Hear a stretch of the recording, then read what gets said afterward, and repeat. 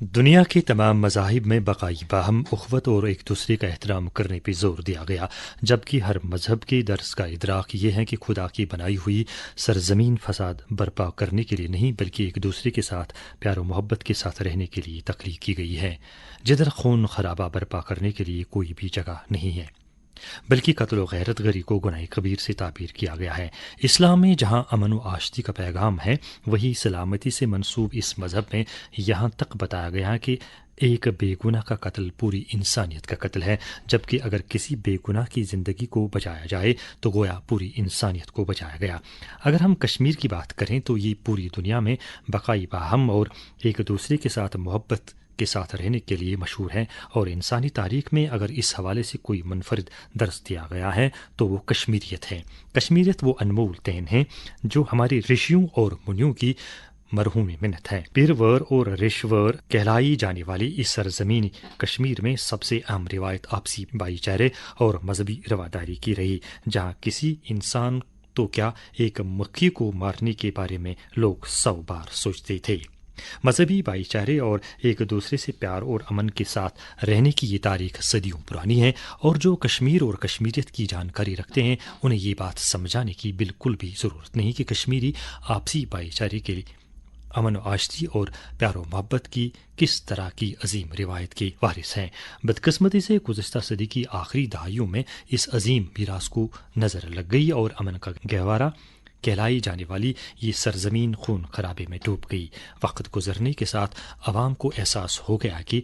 کشت خون میں کچھ نہیں رکھا گیا اور حالات بتدریج بہتری کی طرف گامزن ہونے لگے۔ تاہم یہ بات شاید امن کے دشمنوں کو راس نہیں آئی، جنہوں نے گزشتہ کچھ عرصے سے معصوم اور بے گناہ لوگوں کو اپنی نشانی پہ لیا ہے، جس دوران کئی بے گناہوں کو موت کے گھاٹ اتار دیا گیا۔ مدن لال بندرو کے قتل سے خون ناحق کا جو سلسلہ شروع ہوا، اس کی تازہ کڑی کلگام میں موت کے گھاٹ اتارے جانے والی سکول مدرسہ رجنی بالا ہے، جس کا کوئی قصور نہیں تھا۔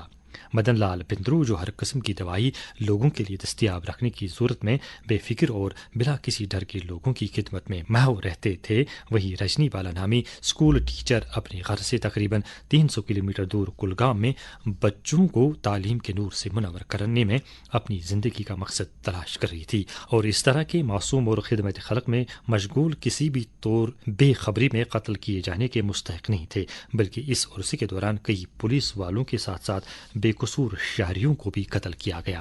اس قتل ناحق نے جہاں کشمیری قوم کو ہلا کر رکھ دیا، وہیں ہر طرف سے اس سلسلے کی مذمت جاری ہے۔ ہر کوئی دکھی اور حیران و پریشان ہے کہ معصوم لوگوں کو کیوں نشانے پہ لیا جا رہا ہے اور اس سے کیا حاصل کیا جا سکتا ہے۔ بہرحال جہاں کشمیری قوم من جملہ اس کے نتیجے میں سکتے ہیں،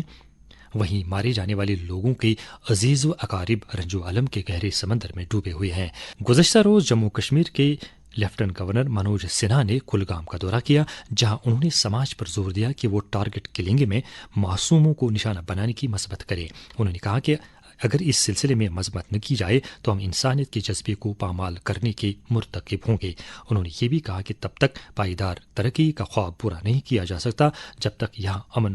قائم نہیں ہوتا۔ بات صحیح ہے کہ امن کے قیام کے بغیر ترقی کے عمل کو خواہشات کے مطابق جاری یا مکمل نہیں کیا جا سکتا۔ وہیں کسی بھی امن پسند اور انسانیت کا علمبردار ہونے کا دعویٰ کرنے والے سماج میں قتل و غیرت گری اور خون ناحق بہانے کی کوئی بھی گنجائش موجود نہیں ہے۔ تبصرہ ختم ہوا۔